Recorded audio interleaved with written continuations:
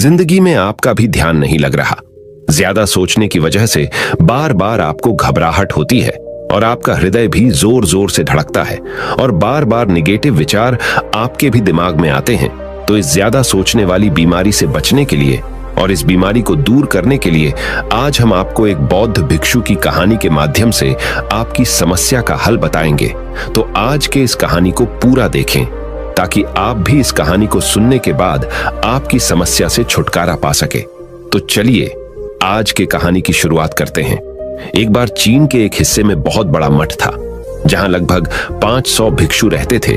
वो सभी अपने गुरु के मार्गदर्शन में खुद को जानने का अभ्यास कर रहे थे। एक दिन एक लड़का उस मठ में शिष्य बनने के लिए आया। उसने मास्टर से कहा, मास्टर, मैं खुद को जानना चाहता हूं। मैं सच की तलाश कर रहा हूं। मैं पता लगाना चाहता हूं कि सच क्या है। मास्टर ने उसकी ओर देखा और कहा कि अगर तुम सच जानना चाहते हो तो तुम्हें अपना पूरा जीवन दांव पर लगाना होगा। सच को जानने में तुम्हारा पूरा जीवन लग सकता है, फिर भी इस बात की गारंटी नहीं है कि तुम्हें इस जीवन काल में सच का पता लगेगा या नहीं। क्या तुम इसके लिए तैयार हो? शिष्य ने कहा। मास्टर, मैं यहां पीछे मुड़ने के लिए नहीं आया हूं। मैं इसके लिए तैयार हूं।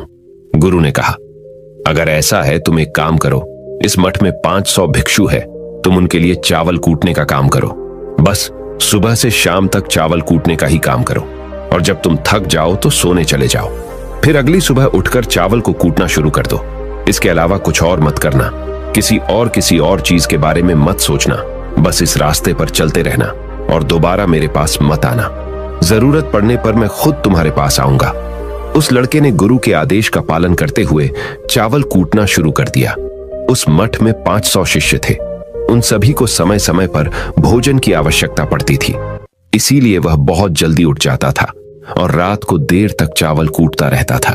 जब वह थक जाता तो उसी कमरे में सो जाता था जहां वो चावल कूटता था। वो किसी से बात नहीं करता था और ना ही कोई उससे बात करने के लिए उसके पास आता था। कुछ महीनों तक चावल कूटते हुए उसके मन में पुराने विचार आते रहे, लेकिन उन विचारों को कोई नया विषय नहीं मिला तो वह अपने आप ही मिट गए। धीरे धीरे उसके मन में विचार कम होने लगे। कुछ सालों के बाद तो वो अपना नाम तक ही भूल गया। वह हमेशा चुप रहता और विचारहीन अवस्था में बस चावल कूटता रहता। उसने ना तो कभी ध्यान किया था और ना कभी शास्त्र पढ़ा था। मठ के बाकी शिष्य उसे मूर्ख समझते थे। ऐसा करते हुए 12 साल बीत गए। 12 साल बाद एक दिन मास्टर ने घोषणा की, अब मेरा आखिरी समय आ रहा है और मुझे अपना उत्तराधिकारी चुनना है जो मेरे बाद मठ का मुखिया होगा। इसीलिए मेरा कोई भी शिष्य है जिससे लगता है कि उसे आत्म साक्षात्कार हो गया है और उससे खुद को जान लिया है, तो रात को मेरे दरवाजे के पास आकर इस दीवार पर कुछ पंक्तियां लिखें जिसमें उसकी जिंदगी का सारा अनुभव समाया हो। कई शिष्यों ने ऐसा करने के बारे में सोचा, पर मठ के प्रमुख शिष्यों में से एक ने वहां जाकर कुछ पंक्तियां लिखी। उसे बौद्ध धर्म ग्रंथों का बहुत ज्ञान था। सभी शिष्यों को लगता था कि वो इस मठ का उत्तराधिकारी बन सकता है। उसने लिखा था कि मन एक दर्पण की तरह है जिस पर विचारों और इच्छाओं की धूल जमा हो जाती है। इस धूल को हटाने के लिए ही ध्यान है। जिसकी धूल हट जाती है और मन का दर्पण साफ हो जाता है, वो मोक्ष को प्राप्त कर लेता है। अगली सुबह जब मास्टर उठे और उन्होंने इन पंक्तियों को देखा और उन्होंने कहा कि किस बेवकूफ ने यह सब कचरा मेरी दीवार पर लिखा है। वो शिष्य जिसने यह लिखा था वो चुप रहा। हालांकि उसने जो पंक्तियां लिखी थीं वो ज्ञान से भरी थीं, लेकिन यह सब किताबी ज्ञान था। वो शिष्य बहुत चालाक था। उसने पंक्तियां लिखी पर उसने नीचे अपने हस्ताक्षर नहीं किए, क्योंकि वो स्वयं इसके बारे में निश्चित नहीं था कि ये सही है या नहीं, क्योंकि उसे आत्म साक्षात्कार नहीं हुआ था। गुरु ने पंक्तियों को पूरी तरह से खारिज कर दिया। ये देखकर सभी हैरान रह गए। ये घटना पूरे मठ में चर्चा का विषय बन गई। इस विषय पर बात करते हुए 2 शिष्य उस शिष्य के पास से गुजरे जो 12 साल पहले यहां आया था और दिन रात चावल कूटता रहता था। दोनों की चर्चा सुनकर वह धीरे से हंस पड़ा। दोनों शिष्य ने उसे पूछा कि तुम क्यों हंस रहे हो? दोनों शिष्य की नजर में यह चावल कूटने वाला तुच्छ ही भिक्षु था। किसी ने उसे ना तो कभी ध्यान करते हुए देखा था, ना ही कभी शास्त्र पढ़ते हुए। हर कोई उसे मूर्ख समझता था जो बस चावल को ही जानता था।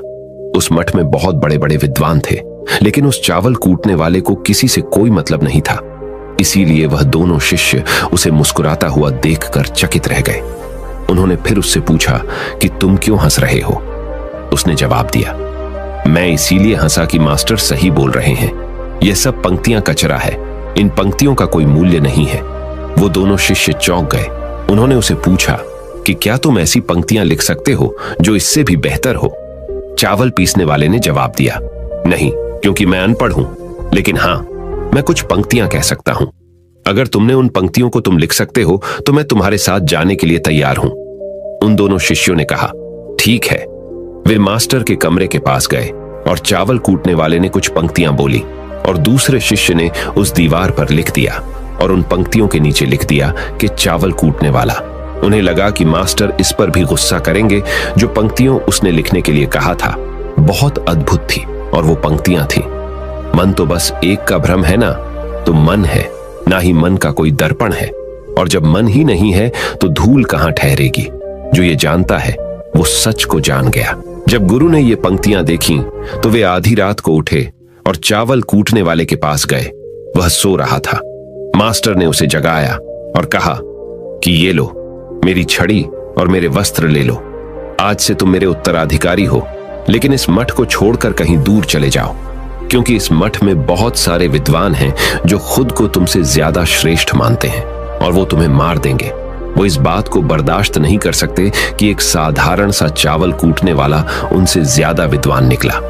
तुम्हें वह सारा ज्ञान हो गया है जो मुझे है। तुम्हें यह सारा ज्ञान चावल कूटते कूटते हुआ है, और मुझे पता है कि तुम जहां भी जाओगे लोग तुम्हारे पास आने लगेंगे, क्योंकि जब कोई फूल खिलता है तो उसकी महक हर तरफ फैलने लगती है। उसने अपने गुरु के पैर छुए और रात को ही वहां से चला गया। अगर हम अपनी जिंदगी में देखें तो पाएंगे बहुत से लोग सोचते हैं कि ध्यान केवल एक ही जगह बैठकर आंखें बंद कर कर ही किया जा सकता है, लेकिन हकीकत में ऐसा नहीं है। ध्यान तो चलते चलते भी किया जा सकता है, अपना कुछ काम करते हुए भी ध्यान किया जा सकता है। असल में ध्यान का मतलब यह है कि आप जो भी काम कर रहे हैं उसे अपनी शिद्दत से करें कि आपको आपके शरीर का ख्याल भी ना रहे। बिल्कुल उस चावल पीसने वाले की तरह जो चावल कूटने में इतना मग्न हो गया कि उसको खुद का कोई ख्याल ही नहीं रहा। उसने चावल कूटते हुए ही उसने आत्म साक्षात्कार प्राप्त कर लिया। हर समय वर्तमान में रहना और कुछ नहीं सोचना। मन तब तक ही है जब तक विचार है। जब विचार ही नहीं रहेंगे तो मन भी गायब हो जाएगा। जब मन ही नहीं रहेगा तभी तुम अपने आप को अच्छे से जान पाओगे। असल में हमें अपने वास्तविक रूप को जानने के लिए कोई अन्य साधना करने की आवश्यकता नहीं है। हम जो कुछ भी कर रहे हैं बस उसमें हमें पूरी तरह से खो जाने की जरूरत है। अपने काम में इस कदर से लीन हो जाओ कि आपका काम भी ध्यान बन जाए। ज्यादा सोचने वाले लोगों के लिए दूसरी रहस्यमयी कहानी अब हम आपको बताएंगे, तो चलिए कहानी की शुरुआत करते हैं। एक गांव में एक आदमी रहता था जो ताले तोड़ने के मामले में एक्सपर्ट था, यानी कि जहां कहीं भी ताले तोड़ने की बात आती थी या लॉक को खोलने की बात आती थी तो उसका नाम सबसे पहले लिया जाता था। एक दिन कुछ समझदार लोगों ने उसकी परीक्षा लेनी चाहिए और उसको बता दिया गया कि आपको इस जगह पर इस तारीख को आना है और ताले को तोड़ना है। जब वह समय के अनुसार तय दिनांक को वहां पहुंच गया तो उसको प्रतियोगिता के नियम समझा दिए गए। आपको एक बॉक्स में बिठा दिया जाएगा और उस बॉक्स को पानी में उतार दिया जाएगा। आपको ताला खोलकर बाहर आना होगा। इस बीच आपको लगता है कि लॉक आपसे नहीं खुल पाएगा तो आप इमरजेंसी बटन को दबा सकते हैं और ऊपर आ सकते हैं, लेकिन आप प्रतियोगिता में हार जाएंगे। उसने सभी नियमों की हां कर दी और पानी में चला गया। जैसे ही वह पानी में पहुंचा तो उसने जेब में से एक तार निकाला और लॉक को खोलने की कोशिश करने लगा।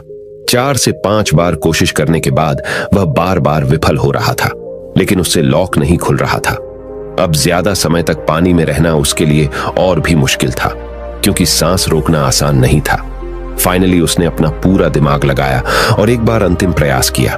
वह विफल हुआ और उसने इमरजेंसी बटन दबा दिया। धीरे धीरे ऊपर आने लगा। पानी के ऊपर आए बॉक्स को बाहर निकाला गया और हल्का सा धक्का देकर खोला गया।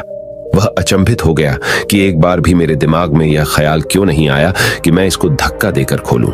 हो सकता है कि ये लॉक ही ना हो। तो यही होता है, जब हम भी बहुत ज्यादा सोचते हैं तो इसका खामियाजा हमें भुगतना पड़ता है। कभी कभी ना सोचने से भी जवाब मिल जाता है। इसलिए किसी ने कहा है कि जो कुछ नहीं करते वह कमाल करते हैं। जी हां दोस्तों, यह बात बिल्कुल सही है। कभी कभी दिमाग को जब हम शांत रखते हैं और ठंडे दिमाग से सोचने की कोशिश करते हैं तो हमें बेहतर समाधान मिल जाता है। अब हम आपको बताएंगे कि ज्यादा सोचने की यह बीमारी के मुख्य कारण क्या है, जिससे आपको ज्यादा सोचने की बीमारी हो जाती है। अत्यधिक सोच के कुछ मुख्य कारण। पहला कारण, वर्तमान से ज्यादा भूतकाल या भविष्य के बारे में ज्यादा चिंता करना। आप जो काम अभी कर रहे हैं उससे ध्यान हटाकर अपना ध्यान बीते हुए समय या आने वाले समय पर लगाएंगे तो आप ओवर थिंकिंग के शिकार होते जाएंगे। दूसरा कारण, काम का ज्यादा तनाव होना। जब वर्कलोड ज्यादा होता है तो दिमाग भी तेजी से चलने लगता और यह तनाव का रूप ले लेता है और दिमाग में वो विचार भी आने लगते हैं तो काम से संबंधी नहीं है और लोग ओवर थिंकिंग के शिकार हो जाते हैं। तीसरा कारण, डर का बना रहना। जब व्यक्ति के अंदर डर होता है, जैसे नौकरी छूट जाने का डर, प्रमोशन न होने का डर, काम में असफल हो जाने का डर, पैसे न मिलने या डूब जाने का डर, व्यक्ति इस डर को लेकर कल्पना करता रहता है। भले ही ऐसा न होने वाला हो, लेकिन धीरे धीरे यह डर उसे जरूरत से ज्यादा सोचने पर मजबूर कर देता है। चौथा कारण, कॉन्फिडेंस की कमी। जब व्यक्ति में किसी काम को करने के प्रति उलझन बनी रहती है तो कॉन्फिडेंस कम होता जाता है, जिसके चलते नकारात्मक विचार दिमाग को घेरना शुरू कर देते हैं और व्यक्ति ज्यादा सोचना और चिंता करना शुरू कर देता है। पांचवा कारण, चीजों के बारे में सकारात्मक से ज्यादा नकारात्मक विचार। जब व्यक्ति छोटी छोटी बातों के नकारात्मक पहलू के बारे में ज्यादा सोचना शुरू कर देता है तो धीरे धीरे व्यक्ति ओवर थिंकिंग का शिकार होता जाता है। क्या ओवर थिंकिंग यानी अत्यधिक सोच से छुटकारा पाया जा सकता है? तो इसका जवाब है जी बिल्कुल। ओवर थिंकिंग यानी अत्यधिक सोच से छुटकारा पाया जा सकता है, हालांकि थोड़ा समय लग सकता है, लेकिन यदि आप नीचे दिए स्टेप्स को फॉलो करते हैं तो आप ओवर थिंकिंग की प्रॉब्लम से यकीनन छुटकारा पा सकते हैं। तो आइए जानते हैं कि ओवर थिंकिंग की समस्या से छुटकारा कैसे पाएं। ओवर थिंकिंग यानी अत्यधिक सोच से छुटकारा पाने के उपाय। ये सब जानते हैं कि पहले विचार दिमाग में आता है, फिर वो क्रिया का रूप लेता है।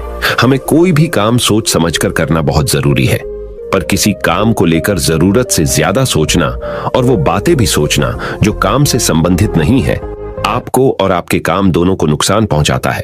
तो थिंकिंग प्रॉब्लम नहीं है, बल्कि ओवर थिंकिंग प्रॉब्लम है और इसे कम करना जरूरी है। तो आइए जानते हैं ओवर थिंकिंग यानी अत्यधिक सोच से छुटकारा या कम करने के उपायों का।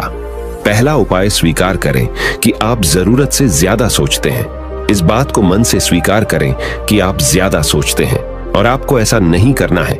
जब आप इस बात को स्वीकार कर लेंगे तो आप इससे छुटकारा पाने के लिए अपने आप को तैयार कर लेंगे। आप ओवर थिंकिंग को लेकर जागरूक हो जाएंगे। जब भी आपको लगे कि दिमाग में फालतू विचार चल रहे हैं, तुरंत उसे वहीं रोक दो और ये सोचना शुरू करो कि आपने सोचना कहां से शुरू किया था। तब आपको मालूम होता जाएगा कि आप कितनी फालतू की बातें सोचकर अपना समय और शक्ति बर्बाद कर रहे हैं। दूसरा उपाय, हमेशा सकारात्मक सोचने की कोशिश करें। क्या गलत हो सकता है कि जगह क्या अच्छा हो सकता है। सोचें।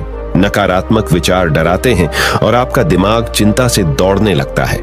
जब आप उन नकारात्मक चीजों पर ध्यान केंद्रित करने लगते हैं जो कही हो गई, तो तब आप दिमाग के गुलाम हो जाते हैं।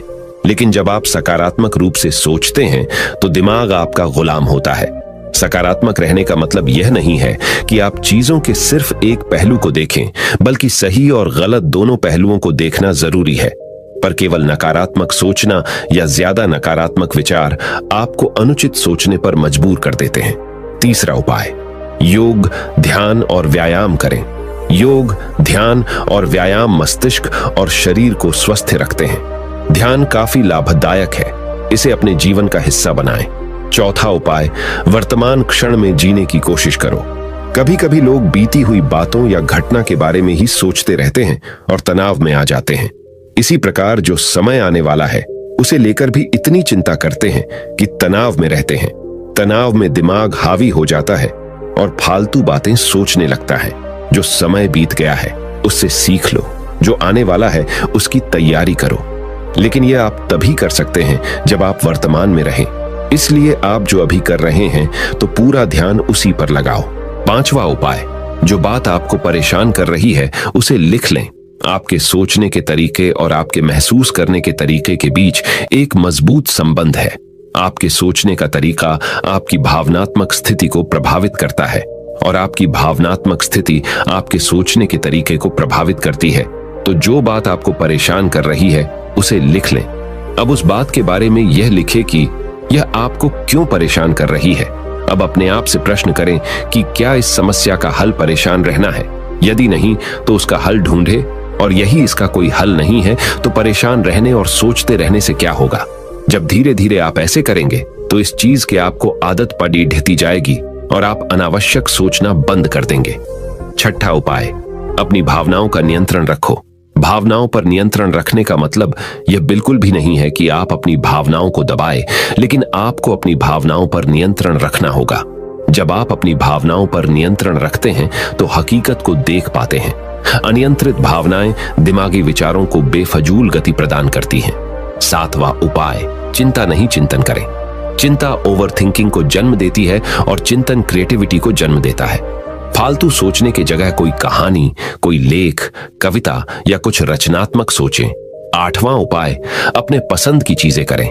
जब भी आप फ्री हो तो कोई भी ऐसा काम करो जिसे करना आपको अच्छा लगता हो। किताबें पढ़ें, गाने सुने, गाने गाएं, घूमने जाएं। यदि आपके घर में बच्चे हैं तो बच्चों के साथ खेलें। अपने दोस्तों से साथ समय व्यतीत करें। नौवां उपाय, अपना सर्वश्रेष्ठ स्वीकार करें। जब आप ज्यादा सोचते हैं तो न चाहते हुए भी आप नकारात्मक बातें सोचते हैं और अपने आप को औरों से कम आंकने लगते हैं। याद रखें, कोई भी परफेक्ट नहीं होता जो आप हैं। आप जैसा कोई नहीं है। लोग क्या कहते हैं इस पर ध्यान देने की बजाय अपना सर्वश्रेष्ठ स्वीकार करें, अपने ज्ञान को बढ़ाते रहें और पॉजिटिव रहें। 10वां उपाय, मन को शांत रखें। आधुनिक जिंदगी भाग दौड़ा और तनाव भरी है।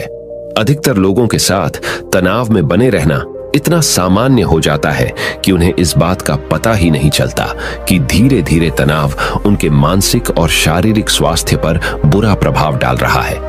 जब मन अशांत होता है तब नकारात्मक और बेफिजूल के विचार हमारे दिमाग में घर करने लगते हैं।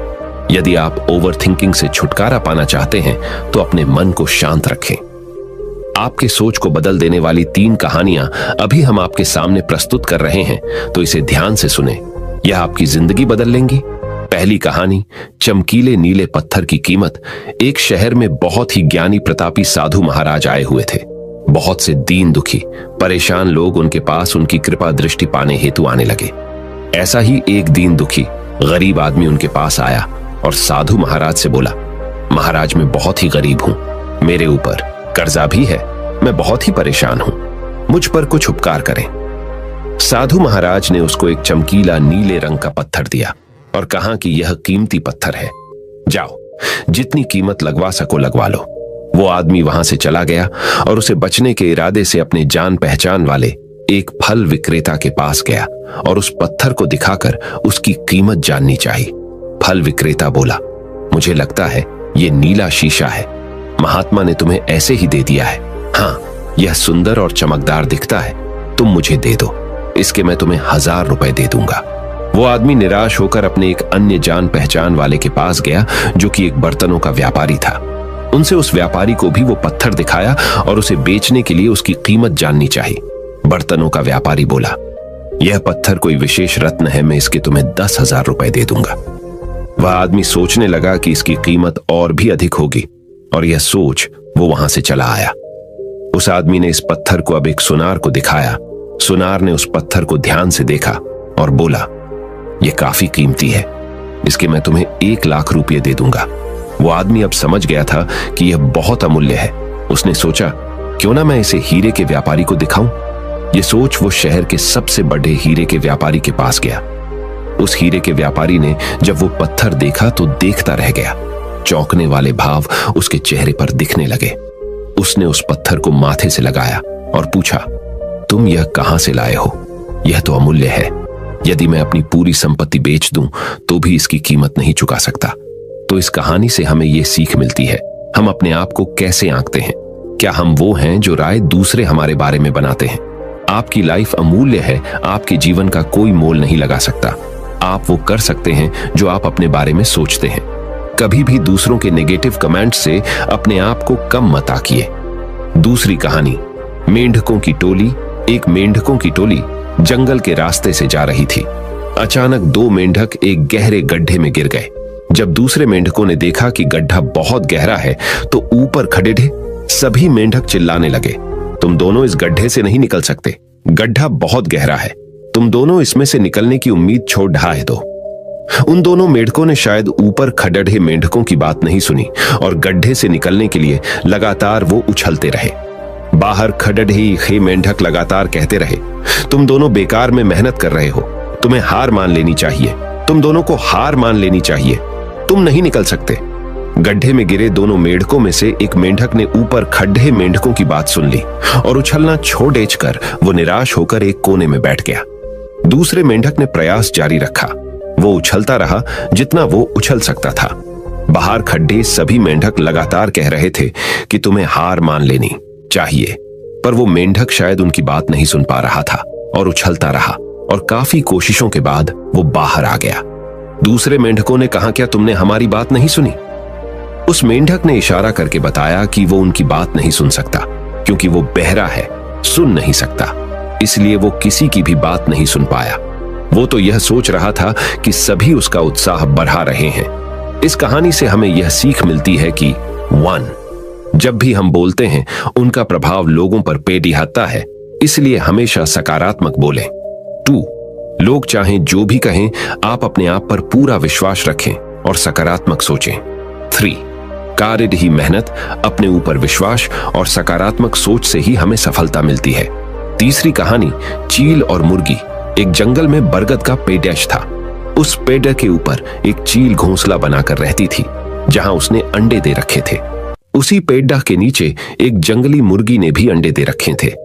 एक दिन उस चील के अंडों में से एक अंडा नीचे गिरा और मुर्गी के अंडों में जाकर मिल गया। समय बीता, अंडा फूटा और चील का बच्चा उस अंडे से निकला और वह यह सोचते बड़ा हुआ कि वो एक मुर्गी है। वो मुर्गी के बाकी बच्चों के साथ बढ़ा हुआ। वह उन्हीं कामों को करता जिन्हें एक मुर्गी करती है। वो मुर्गी की तरह ही कुड्डाता, जमीन खोद कर दाने चुगता और वो इतना ही ऊंचा उड़द डाह पाता जितना कि एक मुर्गी उड़द डाहती है। एक दिन उसने आसमान में एक चील को देखा जो बड़ी शान से उड़द डाह रही थी। उसने अपनी मुर्गी मां से पूछा कि उस चिड़िया का क्या नाम है जो इतना ऊंचा बड़ी शान से उड़द डाह रही है। मुर्गी ने जवाब दिया, वह एक चील है। फिर चील के बच्चे ने पूछा, मां, मैं इतना ऊंचा क्यों नहीं उड़ पाता? मुर्गी बोली, तुम इतना ऊंचा नहीं उड़ सकते क्योंकि तुम एक मुर्गे हो। उसने मुर्गी की बात मान ली और मुर्गे की जिंदगी जीता हुआ एक दिन मर गया। इस कहानी से हमें यह सीख मिलती है कि जो भी हम सोचते हैं या कुछ नया करने की कोशिश करते हैं तो दूसरे हमें यह कहकर रोकते हैं कि तुम ऐसा नहीं कर सकते, ऐसा नहीं हो सकता, और हम अपना इरादा यह सोचकर बदल लेते हैं कि वाकई मैं यह नहीं कर सकता और हार मान लेते हैं। इसका मुख्य कारण है अपने ऊपर भरोसा न होना, अपनी शक्तियों पर भरोसा न होना, अपने काम पर भरोसा न होना। दोस्तों, जो लोग कहते हैं कहने दीजिए, लोगों का काम है कहना। अपने आप पर भरोसा रखें, अपने आप को पहचानें। दोस्तों, अगर जीत निश्चित हो तो कायर भी LDDH जाते हैं। बहादुर वो कहलाते हैं जो हार निश्चित हो फिर भी मैदान नहीं छोड़ डाहते। मित्रों, उम्मीद करता हूं कि आपको इन 3 कहानियों से अपनी सोच को बदल लेने में मदद मिली होगी और आपको अपने ज्यादा सोचने वाली समस्या से छुटकारा पाने के उपाय भी इस वीडियो के माध्यम से आपको मिले होंगे। इस वीडियो से आपको कुछ सीखने को मिला हो तो इस वीडियो को अपने दोस्तों के साथ जितना हो सके उतना शेयर कीजिए और इस वीडियो के एक लाइक कीजिए और हमारे चैनल को सब्सक्राइब कीजिए। इस वीडियो को देखने के लिए आपका बहुत बहुत धन्यवाद। नमो बुद्धाय।